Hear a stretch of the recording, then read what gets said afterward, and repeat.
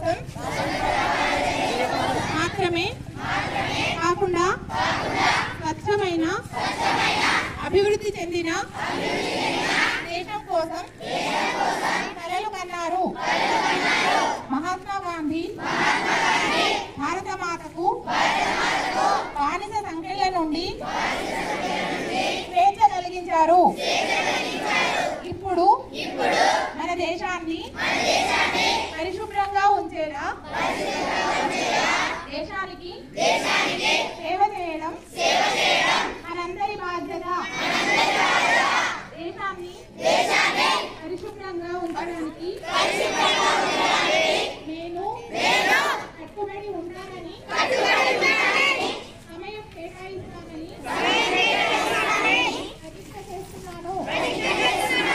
నేను ఈ సంకల్పం నెరవేర్చడానికి ప్రతి సంవత్సరం 100 గంటలు అనగా ప్రతి వారం 2 గంటలు స్వచ్ఛందంగా పనిచేయడానికి కేటాయిస్తాను.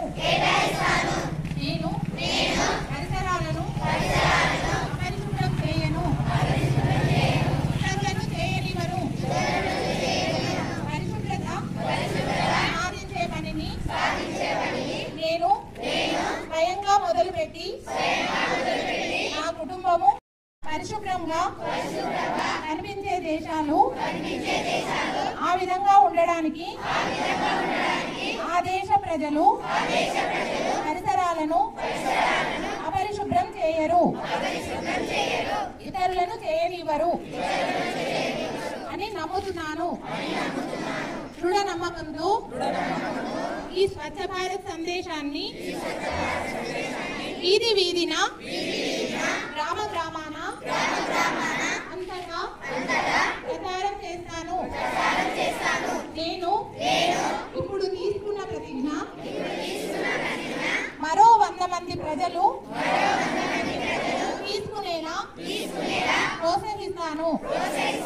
వారు కూడా నాలా 100 గంటలు స్వచ్ఛత కొరకు కేటాయించేలా ప్రయత్నిస్తాను. స్వచ్ఛత వైపు నేను వేసే ప్రతి అడుగు భారతదేశాన్ని స్వచ్ఛంగా ఉంచడానికి ఉపయోగపడుతుందని నమ్ముతున్నాను. ప్లాస్టిక్ కవర్ వాడకంటే ప్రాణాలను తీయకని చెప్పాలి. ప్లాస్టిక్ కవర్ వాడకు, ప్లాస్టిక్ కవర్ వాడకు,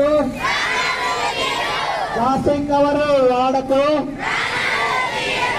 ప్లాస్టిక్ వద్దంటే మీరు కాటన్ ముద్దు చెప్పాలి.